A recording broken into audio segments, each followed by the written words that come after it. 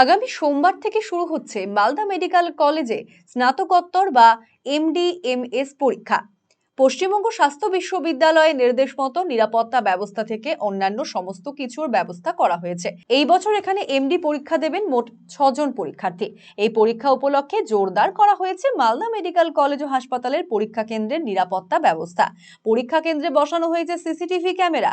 সরাসরি পরীক্ষা চলাকালীন লাইভ স্ট্রিম চলবে, যা পশ্চিমবঙ্গ স্বাস্থ্য বিশ্ববিদ্যালয়ের কর্তৃপক্ষ সরাসরি দেখতে পারবেন। সুষ্ঠুভাবে পরীক্ষা সম্পন্ন করতে ইতিমধ্যেই মালদা মেডিকেল কলেজ কর্তৃপক্ষ সমস্ত রকম সুব্যবস্থা করেছে পরীক্ষা কেন্দ্রে।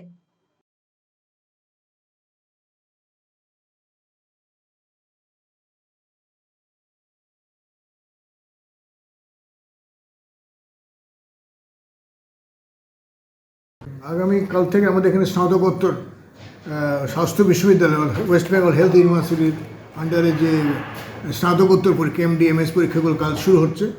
আমাদের সেন্টারে আগামী সোমবার 2 তারিখ থেকে পরীক্ষা শুরু হবে।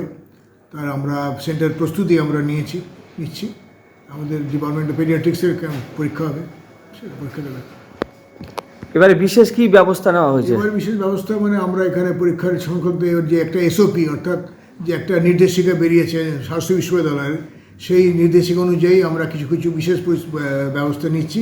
তার মধ্যে ওই সিসিটিভি কাভারেজ ছিল, সিসিটিভি করা, সিসিটিভি থ্রু দিয়ে লাইভ স্ট্রিমিং হবে, ওটা ইউনিভার্সিটি দেখতে পাবে।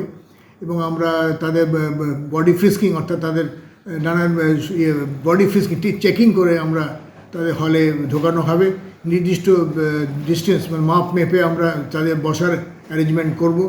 এবং পরীক্ষার হয়ে যাওয়ার পর পরীক্ষার যে উত্তরপত্রগুলিকে আমরা একটা বিশেষ ট্রাঙ্ক পাঠানো ইউনিভার্সিটি থেকে পাঠিয়েছেন, সেই ট্রাঙ্কে দিয়ে একটা ডিজিটাল লকিং করে আমরা পাঠাবো, পোস্টের থ্রু দিয়ে পাঠাবো।